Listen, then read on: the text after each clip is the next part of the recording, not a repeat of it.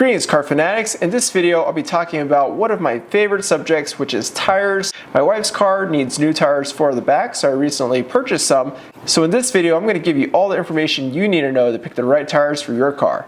In this video I'll talk about the different tire categories, I'll talk about brands that are good, I'll talk about how to understand all the specifications on a tire, and finally I'll walk you through why I chose the tire I did for my wife's car.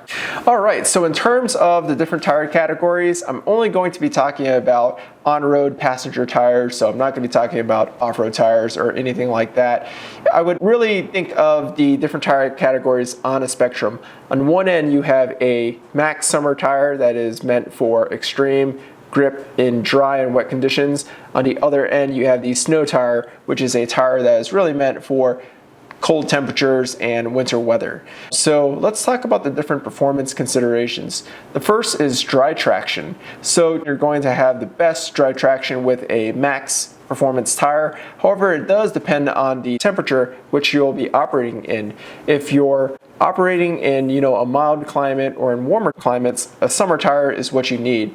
On the other hand, if you're operating in a really cold environment, even if there isn't snow, a winter tire is going to be better because the compound is specifically formulated to work in those operating temperatures. If you try to run a max summer performance tire in really cold weather, that rubber is going to turn rock hard. And on the other end of the spectrum, if you try to run a winter tire in the summer and it's hot, that tire is really going to be too soft to give you great performance. And then you have your ultra high performance all season tire, which give you really good traction in the dry, but you get all these additional benefits of being able to operate that tire year round. Next, going to wet traction, you would think that a max summer tire wouldn't be good in the rain, but that is not true. A max summer tire is actually meant to be driven in the wet because in most places in the summer it does rain. So a max summer tire actually needs to be able to perform in that type of condition. There is some legitimacy though to max summer tires not being good in rain. You don't have as much tread depth because the larger that tread depth is, the blocks are a little bit bigger and your tire isn't as stiff, it's a little bit more squishy, and that is actually not good for handling. So when you operate with the max summer tires, you really need to pay attention to how much tread you have left on the tire.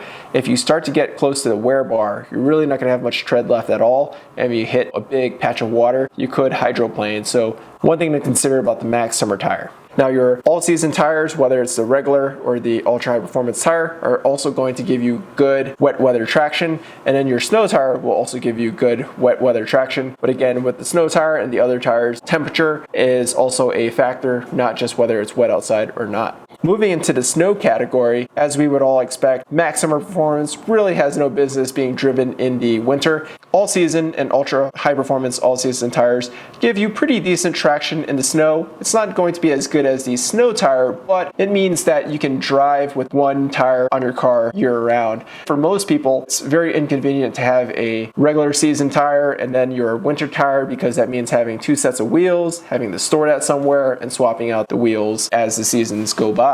But if you don't want to compromise on performance, probably going the route of having a dedicated winter tire and a dedicated summer tire is the way to go. And the next category is ice. I'm explicitly calling out ice because ice and snow are very different.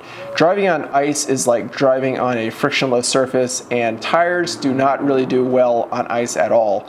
Now the best tire on ice will be a winter tire, but even then winter tires can struggle getting traction on ice, which is why you hear of a lot of people putting on traction enhancing devices such as snow chains to give you more grip in ice, because ice is very difficult.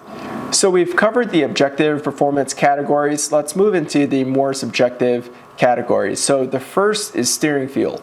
Steering feel is really important because if you get a tire that isn't right, it might give you sluggish handling. If you go with the max summer performance tire, it's going to give you really crisp handling. It's going to give you that very athletic feel. At the same time, if you're not really looking for a darty front nose and you want something a little bit more comfortable, probably an all season or an ultra high performance all season is a better tire for you. It's just, think about what you want, because if you pick the wrong tire, you're gonna be stuck with it for a while. So in the ride comfort and noise, vibration, and harshness category, the max summer is going to be the worst of the group. However, tire technology has really gone leaps and bounds, and if you get a good max summer tire, it's still gonna give you pretty good comfort. But if you want comfort, go with an all-season tire that gives you the best comfort. An ultra high performance all-season tire is still going to be pretty comfortable, but it'll still probably ride a little bit stiffer than your all-season tire. Now let's round out ride comfort with the snow tire. The snow tire is still going to give you good ride comfort. It can be a little bit noisier because you do have larger tread blocks to help you channel all of that snow and slush out from the tire, so that could create more of a growl. So just one thing to consider about the winter tires in terms of ride comfort. And finally, the last category I'm going to talk about is tread wear. So tread wear is really about how long does the tire last, because when you think about cost of a tire, the tread wear of a tire is really going to factor into how much a tire costs overall. Max Summer tires, as I mentioned, will have the worst tread life because it has not much tread to begin with because it wants to be stiffer. It's also using a more sticky compound that's going to give you a lot of grip in the summer, so that's going to wear away a little bit quicker than the other tires. And then your winter tire is not going to give you the best tread life as well. If you just use them for what they're intended for, which is in cold weather, it'll be, pretty decent. But if you start driving that winter tire in the summer, it really wasn't designed to operate at that tire range, and that's going to wear out the tires faster. And then your all-season tires will give you really good tread life. Some of these tires have, 50, 60,000 mile tread life warranties, so you can go a long ways with these tires. Now let's talk about the different tire brands and which ones you should keep an eye out for. So I would think of the different tire brands in a few different categories. You have your premium tire, you have your good tires, and then you have your entry-level tires. And what I don't have on this list are the really cheap tires that you want to stay away from. I wouldn't recommend going with a really cheap tire. In the premium tier, you have Pirelli, Michelin, and Goodyear. These are the tires that you see on a lot of high performance vehicles and luxury vehicles because they simply make some really good tires. So these premium brands typically make the class leading tires in their categories, but it definitely comes at a cost. These premium tires come at a premium. Now next, moving on to the good tires, you have companies like Yokohama, Toyo, BF Goodrich. There are a lot of good brand tire companies that are pretty safe, and these are going to give you good value for your money. So these are brands to kind of look out for. And then you have your entry-level tires, which entry-level, I would say, you'd think of as not a great tire, but tire technology has advanced that it's going to give you more than sufficient performance for most drivers. All right, so let me help you understand what all the specifications on a tire means. First off, this 0719 is actually the production date of the tire. It means it was made on the 7th week of 2019, so a fairly new tire. Going into sizing, 255 is the width of the tire. It means the tire is 255 millimeters wide. The next number is 35, which is the ratio of the tire. This means the height of the tire is 35% of the width of the tire. So if you take 35% of 255 millimeters, that is the height of the side wall. So if you really want to go low pro tires, go with the smaller number. And if you want to off-road and get the max ground clearance, get the highest number possible. And then this number here is the diameter of the tire. So this is an 18-inch tire. Moving into this number here, 94Y. 94 actually indicates the load rating on the car. So the load rating on this particular tire of a 94 is 1,477 pounds. This means one tire can withstand a max load of 1,477 pounds. The Y indicates the speed of the tire. A Y-rated tire is rated to drive at sustained speeds of up to 186 miles per hour. You may have heard of Z-rated tires, but Z rating just means a tire can go above 150 miles per hour, but now we have different characters to get more specific with how fast a tire can go. And then you have your M plus S, which stands for mud and snow. Now, this is not a mud tire. You can't go mudding in this. It does mean that in light mud, this is going to give you a little bit better performance than a tire that doesn't have the M. And then the snow is the same thing for the snow. The good part about having the snow rating is that if you do live in an area that will sometimes require snow chains, if the conditions get bad, you can avoid that by having the S on your tire, because most local governments consider having an S as a snow tire and not actually needing a dedicated snow tire to meet that rating. So M plus S just means it has some decent level of performance in light mud and light snow. Now there are a few other kind of ratings to be aware of. This rating is called the UTQG, which stands for Uniform Tire Quality Guide. The first rating here is the tread wear. So this has a 500 tread wear rating. It doesn't mean it lasts 50,000 miles or anything like that. What you do with this number is you can compare it to other tires. So imagine you had another tire that had a 250 tread wear rating, and this is a 500 tread wear rating. This means that this tire should last twice as long as the other tire. Then you have traction and a certain grade, which is AA. AA is actually the highest traction grade. I think the grades go AA, A, B, and C, and AA is kind of the highest. However, if you're looking at tires and you're comparing two that are AA rated in traction, that doesn't mean they have the same level of traction. It just means that they both exceed the AA rating for traction. So you're really going to have to rely on reviews and other stuff like that to understand if one tire gives you better traction than another. And then finally, you have a temperature rating, and that goes A, B, and C. Anything below C is actually not allowed in the United States. So what temperature tells you is really how does a tire deal with heat and can it dissipate it? A is the best rating, which means a tire can, dissipate heat pretty good. It's going to do it better than a B or a C tire. And if you go with a, B or C tire, it doesn't dissipate heat as well, which means if your tires got really hot, the likeliness of them exploding because of the temperature is going to be higher than a A-rated tire. So definitely when you think about what tires to get for your car, I would say for safety, definitely make sure you get a AA traction tire and a tire that has A for the temperature. You don't want to skip out on tires because it really is the only thing keeping your car on the ground. And if you don't have good tires, it could be a disaster waiting to happen.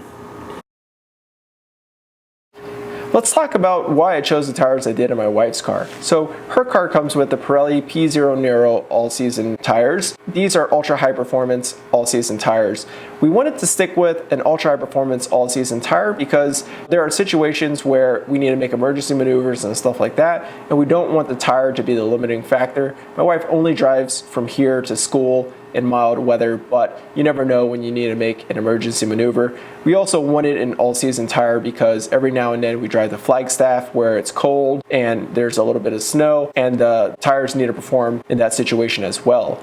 Overall, we really like the OE tires on the car. The Pirelli P Zero Nero all-season tires have really good performance. We don't feel like they're lacking in traction in the wet or the dry at all. Additionally, the steering feel is good on it. The car is comfortable, there's not a lot of noise, and we really like that the tires last long.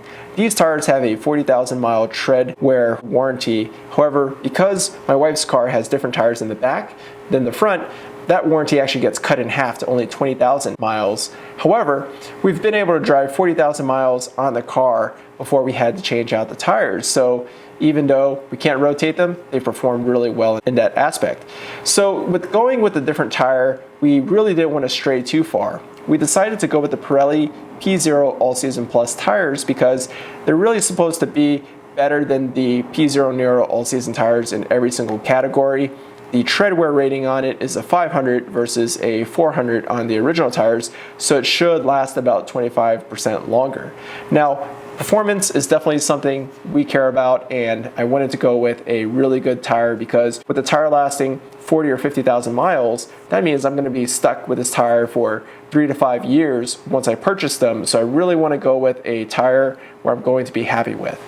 So if you are price conscious, let's talk about how different tires of different prices actually stack up in terms of cost, because I actually want to help you understand that going with the cheapest tire is not actually the cheapest thing to do.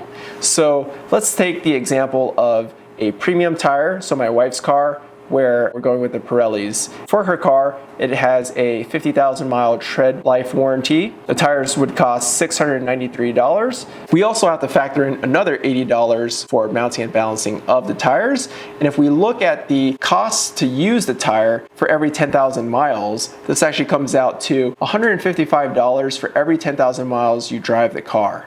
Now let's take a look at an entry-level tire. So let's think of this entry-level Sumitomo Ultra High Performance All-Season tire. It has a 65,000 mile tread life warranty, which is actually really good. The tires come out to $480, factoring in the $80 mounting and balancing fee, you're talking about a $93 operating cost for every 10,000 miles, which is significantly cheaper than the premium Pirelli tires.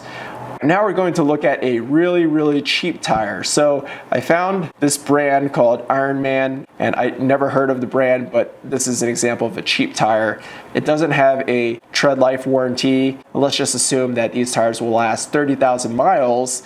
The tires for my wife's car would come out to $308, and if you factor in mounting and balancing the tire, you're looking at $129 to operate that tire for every 10,000 miles, which is actually more expensive than the entry-level tire by $36, and it's only cheaper than the premium tire by about $26. So overall, these cheap tires aren't actually cheaper than your entry-level tire. Your entry-level tire is going to last you longer, and you're going to probably have better performance out of it, whereas these cheap tires, who knows how they're going to perform. So I definitely would stay away from the cheap tire. If you want the best value for your money, go with one of these entry-level tires that aren't too expensive. But if you want class-leading performance, this is when you need to choose a premium tire in your respective category. If you go to Tire Rack, you'll see ratings on the top tires in different categories, and that should help you understand what's a premium tire, what's a pretty decent tire, and what's an average tire. Well, there you have it, car fanatics. I hope this video was able to give you some information to help you pick the right tire for your car. If you have any questions, feel free to leave them in the comments. And if you like this video, give it a thumbs up and subscribe to the channel. Thanks for watching, car fanatics.